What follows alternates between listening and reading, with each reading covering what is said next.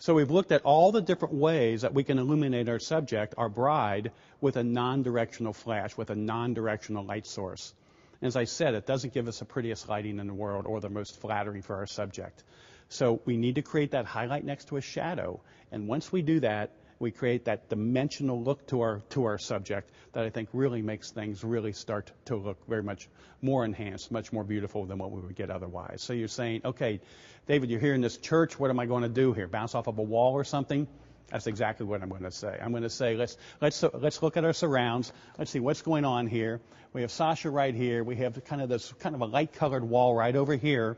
Now, I know what you might be asking is, well, what do you do when the wall isn't white? Well, we'll discuss that in a future segment here. But just for the benefit of seeing how much prettier the light can be, if we get these photons not coming out of this flash head, but actually and going straight to our bride, but turning slightly, aiming over to the wall over here. So we're going to send the little photon buddies right here into the wall. They're going to ricochet off the wall, coming in here, and now giving us a direction of light on our subject, an off-camera direction of light with our on-camera flash. Folks, this is a beautiful way to get really, really cool wedding photographs. If you're in a pinch, if you're in a hurry, if you're working at the bride's home beforehand, you know what, you're running late for the church, my gosh, just get the flash, get the light beam off camera, or coming off the camera, and then illuminating our subjects, and we get a really, really nice result. Let's see what we can do here with a couple photographs of Sasha. So, Sasha, yeah, that's great. Turn this way, your body just a little bit more this way. Take your head back around just a fraction. Eyes back to me, though. Okay, perfect, perfect, perfect. And the way I'm setting this up is just as if I would have had, let's say, a studio light and, a big softbox. Well, my softbox is going to be about right here anyway. So what I need to do is illuminate that part of the wall here, which creates the same direction of light on my subject as a softbox would have created if it was sitting there anyway as well. So anyway, I've established Sasha's going to turn her head for me just a fraction, eyes back to me, chin up just a fraction, nose just a little bit more. Okay, so now I'm going to walk over here just for a second. Don't move for me, Sasha. And I'm going to say, okay, my light needs to be coming from this direction right here, which means I have to illuminate about half of this wall and a little bit of the stained glass window. That's fine. We're picking up some of the stained glass window. And I know what you're thinking. Man, we got some green stained glass. We got some blue. We got some orange. We got some gold. We got some beiges here and so forth. Not going to worry about that right now. Let's take a look at how pretty the light is. So, Sasha, the light, she's perfect right here. I'm going to come back here, illuminate that part of the wall by adjusting my strobe right here. And I'm going to shoot away, and let's see what it looks like right here without paying too much attention to composition right now, but just going for direction of light. And boy, oh boy, take a look at this one right here. Look at the beautiful lighting on her face and how soft the lighting is, too. It just wraps around her face. We've got a nice highlight. We got the what I call the camera side of the nose in shadow. We got the camera side of her cheek in beautiful highlight as well, and it really turns out to be a much more flattering photograph of our subject. So we just showed what a nice result we could get by bouncing the light off the wall with the wall pretty close by. But here we are now in a beautiful Sacred Heart Church in downtown Tampa, and we don't have any walls on the left side or the right side of us. Well, they're pretty darn far away. They're about 20 feet away. And is the light going to carry that far? Is it going to be able to come out of this flash head and get all the way over there and come back? Well, we'll explore that in one of the upcoming lessons. But for the time being, I'm going to say I don't want to have to deal with that. So what am I going to do in a situation? You're in a large church. I still want to put that direction of light onto my subject with my on-camera flash. What am I going to be doing? You know what? Let's say I left half of my gear back at the studio or back at the house, whatever it happens to be, but I still have to bounce the light off of something. Well, who's the best person to bounce it off of? If you're not working with an assistant, it might be the groom. It might be his white shirt.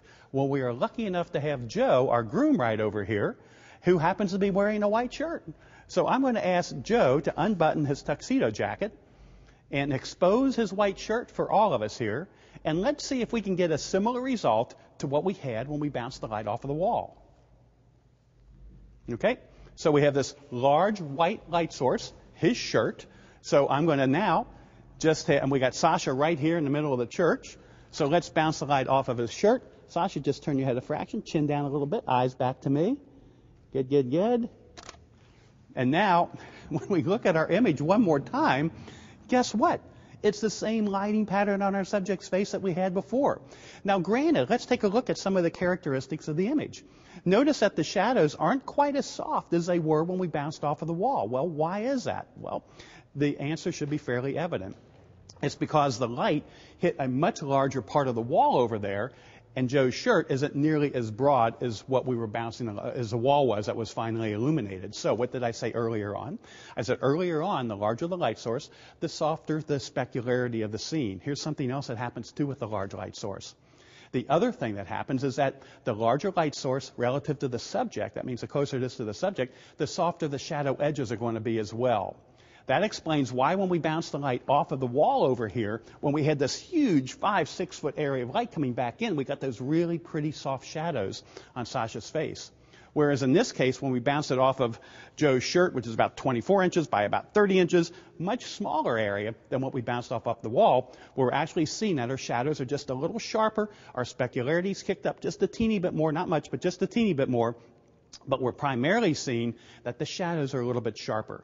So this tells us something, that if we can make our light source larger relative to the subject, the shadows will get softer and softer the larger and the larger the light source becomes. Now I know what you're thinking. Well, you know what? My assistant isn't going to stand there. You know, we're really cool. We never wear white shirts to our weddings. We wear dark shirts or whatever it happens to be. Well, and you don't have the groom standing by or a best man standing around. Well, what we do in this situation, I just did this not all that long ago at a wedding, was I have my assistant bring on my white reflecting panel that we just used a little bit earlier on here. So I'm going to ask Aaron to stand into the photograph here, and then we'll show how we can use the panel to give us a nice soft light. Now, instead of using Joe or instead of using the wall, I've got Aaron right over here who's holding our 36-inch light source. So this is bigger than his shirt. I think I would expect probably a little softer light on Sasha's face with this larger light source. So I'm going to have Aaron hold the light source right up here. Not the light source, but the reflector. And you can actually just pretend you're a wall. Just point it back at me. And again, what I'm going to have her do is actually just kind of do this, just like that, so the light can come out of my flash head, illuminate this whole thing as broadly as I can, bringing the light back on Sasha's face right over here. Okay, and let's do this. Here we go. Sasha, chin down again. There you go. Great, great, great. All righty. Let me see what we look like here. You do take a nice photograph, ma'am. One more. Good, good, good. Hold your light a little bit higher for me, Aaron. Just higher still. Good. All right, great.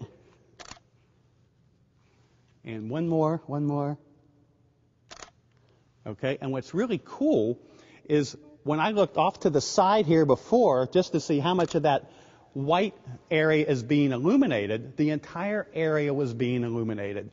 And it looked pretty cool. Now, again, this is a broader light source than what we had with Joe's shirt. Not quite as broad as what we had with the window, or as the wall back there. But when you look at the image here again, and when we look at it, notice how the shadows are now a little bit softer. That's because our light source was a little bit larger. And that's kind of cool information to know. So if I'm in a pinch, and I have to tell you, we were in a pinch, as I said, not all that long ago. We got down to the church. We're trying to get our last bridal portraits before we get out of the church, heading to the reception. And I asked my assistant where another piece of equipment was. Well, we left it in the park. It was an umbrella or something like that. We left it in the park across town. And what we did was we just pulled out our big, wide 36-inch panel, and I just used this exact same technique, and we got some dynamite photographs of our clients. Pretty cool stuff. All right, so we bounced off the wall, we bounced off of a white shirt, we bounced off of our panel, we bounced off of a lot of different things. We've seen how the size of the light source actually changes what we call, I love the term, the shadow edge acutance, which means the sharpness of the shadow edge depending on the size of the light source that we were using, or let's say depending on the size of the reflected light back on our subject here. Well, why don't we just, for the fun of it, let's say, yeah, this happened to me too at a wedding. Didn't have my panel handy. It was whatever it needed to be, but my assistant happened to be carrying our umbrella around with us. So what I'm going to do this time is I'm going to use the umbrella, and I'm going to reflect off of the umbrella surface. Now, when I open the umbrella, you may think, well, okay, David, how are you going to bounce off of this curved surface? You know what? I can understand with a flat panel, but the curved surface, isn't the light going to, it doesn't seem like it's going to hit the bride quite as effectively. Well, folks, here's what happens, is that this is a diffuse white surface. And if you look at this under a microscope, it's composed of a whole bunch of teeny, what I'm going to call, I'm going to call them microsurfaces. And each one of these microsurfaces is oriented in a different way. So as the light beams, the photons come and hit it, we're just going to use the ones that are bouncing off of a microsurface that happens to be directed back at my bride. But in any event, I still have a fairly large light source, or let's say reflective surface, that's going to illuminate my bride, and I think that's going to work just fine. So I'm going to ask Aaron to hold the umbrella right here. So now we're using a curved light source right here, thinking that it's not going to give us the same looking result, but because it's all these microsurfaces, pretend it not being a three-dimensional umbrella, just pretend it being like what do you have here, about 30 inches by 30 inches. So imagine it being about the same size as what we had with our flat panel before, maybe slightly smaller, but not much, okay? So let's shoot it, and I would expect pretty much the same result I got with my flat panel before. Let's see what happens. So light a little bit, or umbrella a little bit higher for me, Aaron. Perfect. Okay. Turn your head just a fraction. Oh, no, body back this way. Yep, eyes back to me. Chin up just a little bit more. Good, good, good. Let's take a peek. Chin up a little bit more. Turn your head just a fraction more. Eyes back to me. Chin down just a fraction. Sasha, perfect. Happier again. There you go. Good, good, good. All right. And now, Aaron, you can relax. But now when we look at our image again, we can see, guess what? The lighting characteristics are pretty much the same. We're seeing, again, just a little specularity in the forehead, that little specularity under her left cheek, but it's because our light source is just slightly smaller than what we had before. But in any event, the umbrella, the flat panel, and the shirt are all exhibiting about the same lighting characteristics. Lighting characteristics being composed of the softness of the shadow edge and also the specularity of the scene. That's what the size of the light source controls. So these 30-inch or whatever, if you will, average 30, 36-inch light sources are giving us about the same characteristics on the scene. Shadows are looking about the same, specularity is looking about the same, but something that's looking better is really the direction of light, the shadow next to the highlight that's giving us that dimensional look on our portraits of our bride. What we're going to do here in a later lesson is actually run through a whole series of images where I'm actually going to try to produce some really pretty images of our bride here in beautiful Sacred Heart Church. What I'm trying to do right here is just kind of give you the tools that you can lay out in front of you so the next time you have to shoot a wedding, you can pick out the tool you need in this instance, or this tool you need in this instance, or this tool over here that you need in the next instance. So that's what we're doing in these early lessons right here, but we're going to tie it all together before we wrap up here today.